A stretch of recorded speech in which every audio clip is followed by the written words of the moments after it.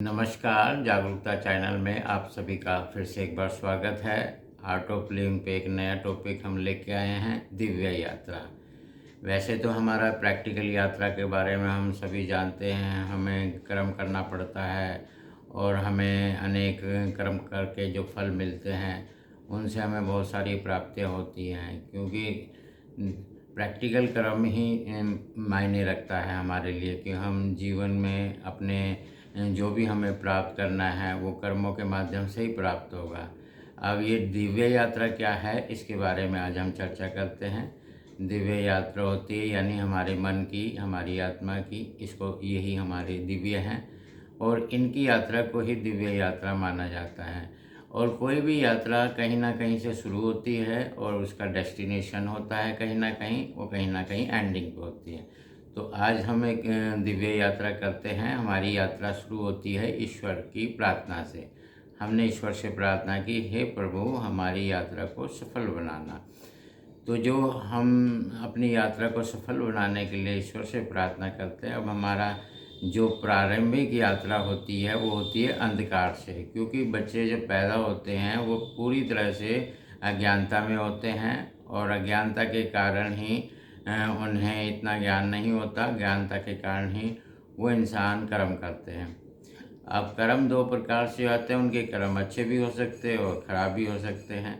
लेकिन दिव्य यात्रा जब हमारी चलती है तो हमारी जो अंधकार से प्रकाश की ओर हमें जाना होता है, हम सभी अज्ञानता के अंधकार में होते हैं और फिर हमें प्रकाश में जाना होता है, यानी कि रोशनी की तरफ हमारी यात्रा चलती है।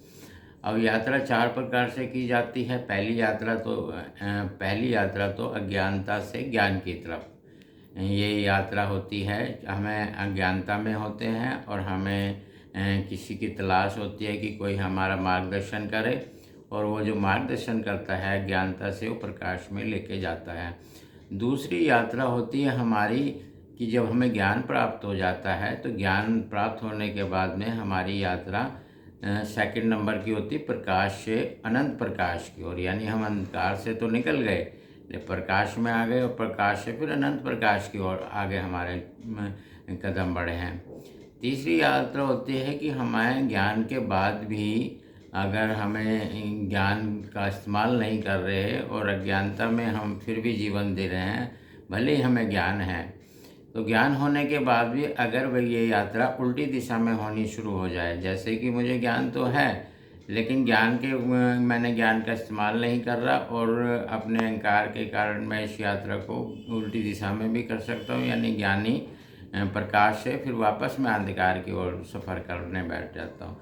तो जो प्रकाश से अंधकार में सफ़र होता है वो फिर उल्टी दिशा हो जाती है, उसमें अहंकार होता है, तो उस यात्रा में भी हमें अज्ञानता ही है।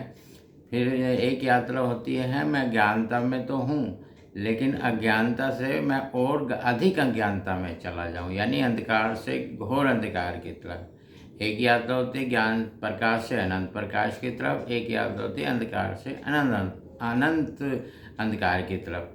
तो ये दोनों ही यात्रा हमें तय करनी पड़ती है। जिसके पास ज्ञान होता है वो तो प्रकाश में है और वो फिर आगे प्रकाश में ही इस यात्रा करेगा। लेकिन जिसके पास ज्ञान नहीं है, जिस प्रकार से हम जानते हैं कुछ लोग दूसरों को बिना कारण के वजह से हत्या कर देते हैं, जैसे आतंकवाद है, तो ये अज्ञानता में तो ऑलरेडी पहले से ही हैं, लेकिन ये अपनी अज्ञानता में और अधिक आगे बढ़ते चले जाते हैं। तो वो ये नहीं सोचते कि भाई मुझे ये कर्म करके क्या रिजल्ट मिलेगा, वो सिर्फ कर्म कर लेते हैं। अज्ञानता में होते हैं इसलिए उनके कर्म भी अज्ञानता वाले ही होंगे और फिर वो और घने अंधकार की तरफ यानी ईश्वर से वो दूर होते चले जाते हैं। तो सबसे अच्छी यात्रा तो प्रकाश से अनंत प्रकाश वाली ही होती है। इसके लिए हमें ज़रूरत होती है गुरु की, क्योंकि गुरु के पास ज्ञान होता है और ज्ञान से ही हम प्रकाश में आ सकते हैं, क्योंकि गुरु का कार्य ही अज्ञानता को दूर करना है और हमें ज्ञान की रोशनी में जीवन जीने के लिए प्रेरित करना है। तो अब सवाल ये होता है कि यात्रा तो हम सब कर रहे हैं, चारों प्रकार की यात्रा हम सभी कर रहे हैं, हम अच्छे भी कर्म कर रहे हैं, गलत भी कर रहे हैं, कोई ज्ञानता में और अधिक अज्ञानता की तरफ जा रहा है। तो अब सवाल ये होता है कि हमें पहुंचना कहाँ है, क्योंकि डेस्टिनेशन नहीं है तो फिर पहुंचेंगे कहाँ। तो हमारा डेस्टिनेशन ईश्वर होता है। ईश्वर की तरफ अगर हम नेक कर्म करते हैं और ज्ञान के साथ आगे बढ़ते हैं तो हम ईश्वर की तरफ बढ़ रहे हैं। और इसके विपरीत अगर हम ईश्वर के विपरीत कोई कार्य कर रहे हैं, जैसे नफरत कर रहे हैं, किसी की आलोचना कर रहे हैं, या किसी के प्रति तुम्हारे अंदर वैसे गलत भाव हैं, तो वो यात्रा ईश्वर से तुम्हें अलग दूसरी दिशा में ले जाती है। प्रकाश वाली यात्रा ईश्वर की तरफ ले जा रही है। आपके ज्ञान भी आपके पास हो और कर्म भी नेक हो, तो ये इस यात्रा को कहते हैं, ये प्रकाश वाली यात्रा है। हम ईश्वर के और करीब चले जाते हैं। तो ये ईश्वर के पास जाना ही हमारे जीवन का लक्ष्य है, यही डेस्टिनेशन है। और सभी का है ये एक का नहीं है, क्योंकि दिव्य यात्रा की यानी एक आत्मा की यात्रा। आत्मा की यात्रा ईश्वर प्रभु परमात्मा पे ही जाके ख़त्म हो सकती है, और इसका कोई दूसरा डेस्टिनेशन होता ही नहीं है, क्योंकि हमें तो पहुंचना है मंजिल पे, और मंजिल हमारी ईश्वर है। तो उसी के अनुसार हम ज्ञान भी प्राप्त करें और नेक कर्म भी करते चलाएं, ताकि हमारी जीवन भी सुंदर हो जाए और यात्रा भी सफल हो जाए। तो आज के लिए बस इतना ही। ये वीडियो आपको अगर पसंद आ रही है तो इसको लाइक करें, शेयर करें, स्वयं भी अपना ध्यान रखें, औरों को भी प्रेरित करें, क्योंकि एक अच्छा जीवन और एक सफल जीवन, दो बातें होती है जीवन में।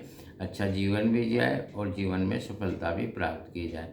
और सफलता का डेस्टिनेशन है, यानी यात्रा संपन्न होती है ईश्वर तक पहुंचने तक। जब हम ईश्वर तक पहुंच जाते हैं, हमारी यात्रा संपन्न मानी जाती है। आज के लिए बस इतना ही। नमस्कार, धन्यवाद।